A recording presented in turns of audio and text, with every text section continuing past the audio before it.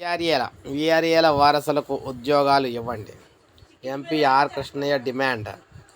So మనం చూసుకున్నట్లయితే వీఆర్ఏల వారసులకు ప్రభుత్వం వెంటనే ఉద్యోగాలు ఇవ్వాలని ఎంపీ ఆర్ కృష్ణయ్య ప్రభుత్వాన్ని డిమాండ్ చేశారు. ఐకాసా అధ్యక్షుడు ఆంజనేయులు, నిరుద్యోగ ఐకాసా చైర్మన్ నీల వెంకటేష్ ఆధ్వర్యంలో హైదరాబాద్ ఇందిరా పార్క్లో జరిగిన ధర్నా అయితే జరిగింది. పెద్ద సంఖ్యలో వీఆర్ఏ ఉద్యోగ బాధితులు అయితే హాజరయ్యారు.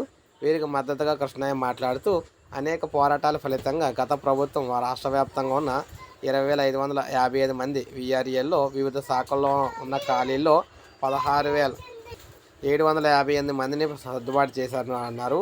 మిగతా 3,797 వీఆర్ఏ వారసులకు ఉద్యోగ ఉత్తర్వులు ఇవ్వకుండా 15 నెలలుగా ఈ ప్రభుత్వం కాలయాపన చేస్తుందని ఆగ్రహం వ్యక్తం చేశారు.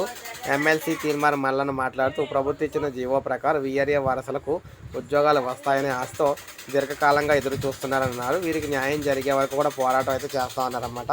సో ఈ విధంగా ఎట్టి పరిస్థితుల్లో ఈ ఉద్యోగులకైతే అన్యాయం చేయడానికి కొత్తదని వీరైతే రోడ్డు మీద రావడం జరిగింది. సో ఇది మనకు అప్డేట్. ఒక లైక్ చేయండి, సబ్స్క్రైబ్ చేసుకోండి.